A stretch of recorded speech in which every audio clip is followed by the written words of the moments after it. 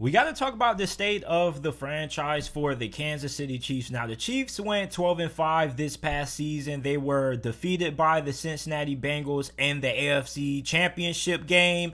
And we pretty much already know all there is to know about where the Chiefs are as a franchise.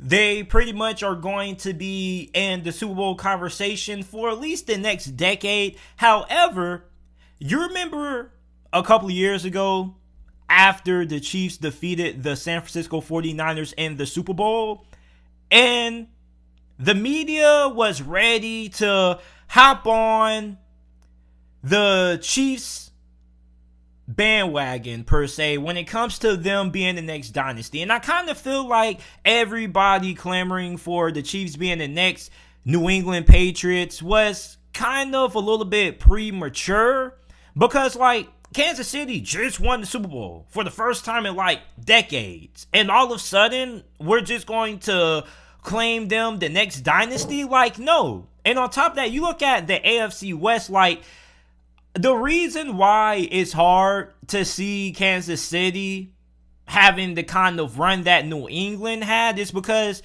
a lot of people don't mention this that much, but New England had one of the easiest divisions in the NFL for nearly 2 decades. The Dolphins, the Bills, and the Jets were all down the majority of years when the Patriots were dominating. Now, the Bills didn't really start being a factor in the AFC East until, the latter half of the 2010s. That was around 2018 to now, which is when now Buffalo has emerged in that discussion of being premier Super Bowl contenders. So you look at Kansas City, I do believe that they are going to win at least 2 more Super Bowls over the next 8 years. However, I don't think they're going to have the kind of dominance that New England had on the NFL, because their division is just way too competitive. You got Las Vegas, who made it to the playoffs, even though they do have a new head coach, a new GM. I'm confident that Josh McDaniels can get things rolling in Vegas there. You also have the LA Chargers, and the LA Chargers gave Kansas City scares this year. As a matter of fact, I'm pretty sure no Kansas City Chiefs fan wanted to see the Chargers in the playoffs, because if Kansas City would have played the Chargers in the wild card round, that would have been a really interesting matchup that could have went any way. And then also you have Denver. Denver is only a quarterback away from being a legitimate threat in the AFC.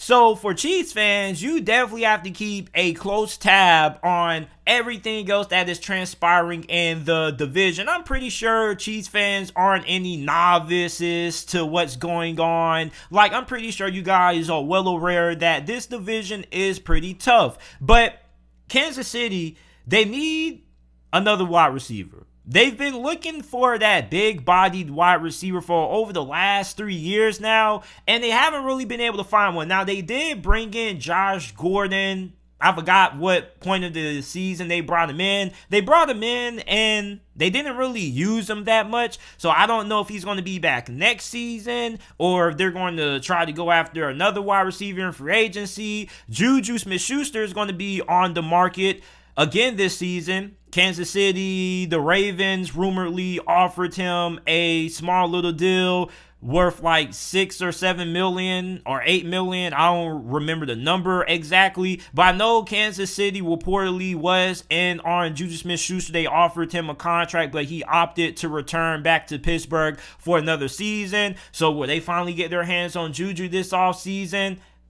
Also, they need to find a star edge rusher. Okay, now they can either try to get that via free agency or most likely the draft. Now, I think that Jermaine Johnson, edge rusher out of Florida State, would be a perfect fit for Kansas City. Now, I don't know if he's going to be available around the 30th overall pick, because I think that he potentially could go in the top 15, maybe the top 10, depending on how he tests in the combine. I feel like he is incredibly underrated because everybody is so focused on Aiden Hutchinson and Kayvon Thibodeau that a lot of people have been overlooking Jermaine Johnson. So can Kansas City improve their pass rush, get a good young pass rusher like a Jermaine Johnson, or could they try to upgrade overall and maybe try to find a way to finagle the cap situation, throw more money so they can go after one of the better pass rushers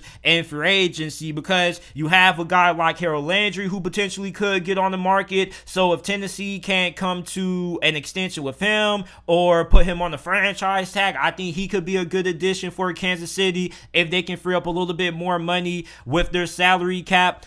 And also, cornerback needs a major overhaul. Now, outside of L'Jarius Sneed, the rest of the cornerbacks for Kansas City needs to be replaced. And secondary for Kansas City, at least the cornerback position, has kind of been, the weakness of this defense for at least like the last 2 seasons. So you could end up drafting a corner instead of an edge rusher. So I think Kaiir Elam could be a pretty good pickup for Kansas City if he does fall to that part of the first round, which it is a realistic possibility that he could. So that could also be a good additional pickup. So edge rusher, cornerback need to be upgraded. They need to be improved. And offensively, you need another wide receiver. Now, what's going to happen with Orlando Brown? Because Orlando Brown right now is currently listed as a guy who is going to be hitting the free agency market. Now, we don't know if Kansas City is going to be able to extend him. And on top of that, what's going to happen with right tackle? Because their 2 right tackles are also slated to hit the free agency market. And right now, Kansas City only has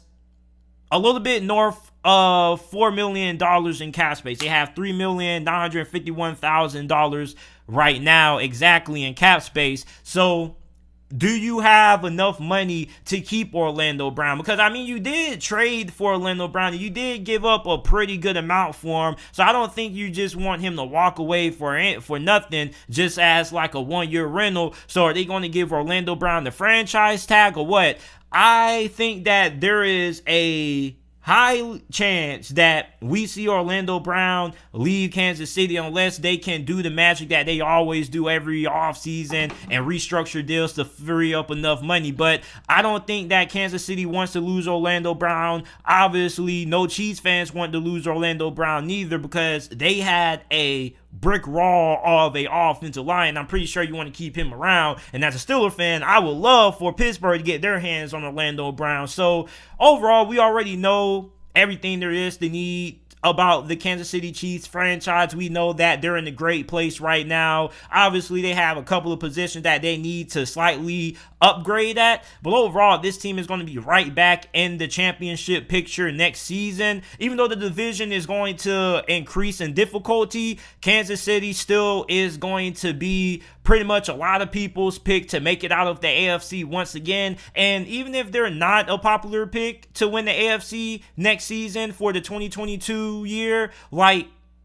a lot of people are still going to have them being one of the best teams in the NFL next season. So you guys let me know the state of the franchise for the Kansas City Chiefs, and I appreciate you guys for tuning in to this episode of the JT Sports Podcast. Make sure that you check out the JT Sports Podcast, available on all podcasting platforms: Apple Podcasts, Spotify Podcasts, Google Podcasts, wherever you get your podcasts from. The JT Sports Podcast is available.